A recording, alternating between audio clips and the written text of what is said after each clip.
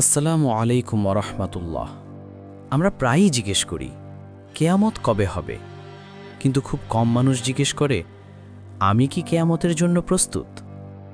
রাসূলুল্লাহ সাল্লাল্লাহু আলাইহি ওয়াসাল্লাম কেয়ামতের কথা বলেছেন আমাদের ভয় দেখানোর জন্য না, তিনি বলেছেন আমাদের ফিরিয়ে আনার জন্য। আজ আমরা জানব কেয়ামতের আগে ঘটে যাওয়া সেই আলামতগুলোর কথা, যেগুলো এক এক করে আমাদের চোখের সামনে প্রকাশ পাচ্ছে।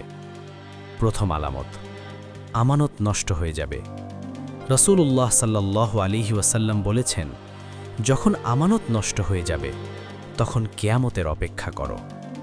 আজ আমরা দেখি বিশ্বাস নেই, দায়িত্ব নেই, কথা দিলে কথা রাখা হয় না, মানুষ মানুষের উপর ভরসা করতে ভয় পায়। দ্বিতীয় আলামত, মিথ্যা ব্যাপকভাবে ছড়িয়ে পড়বে।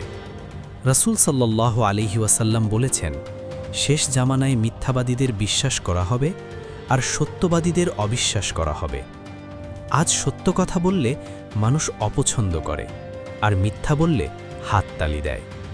তৃতীয় আলামত, সময় খুব দ্রুত চলে যাবে।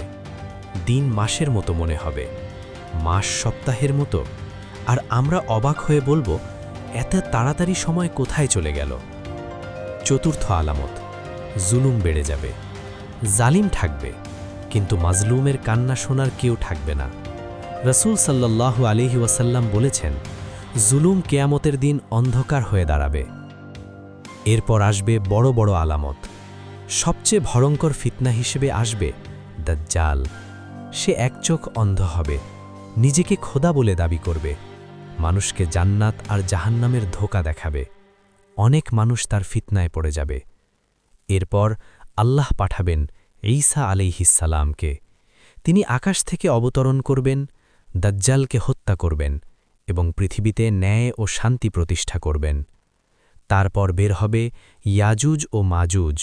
তারা পৃথিবীতে ছড়িয়ে পড়বে, ফিতনা ও ধ্বংস সৃষ্টি করবে, মানুষ অসহায় হয়ে পড়বে। তারপর একদিন এমন দিন আসবে যেদিন সূর্য পূর্ব দিক থেকে নয়, পশ্চিম দিক থেকে উঠবে।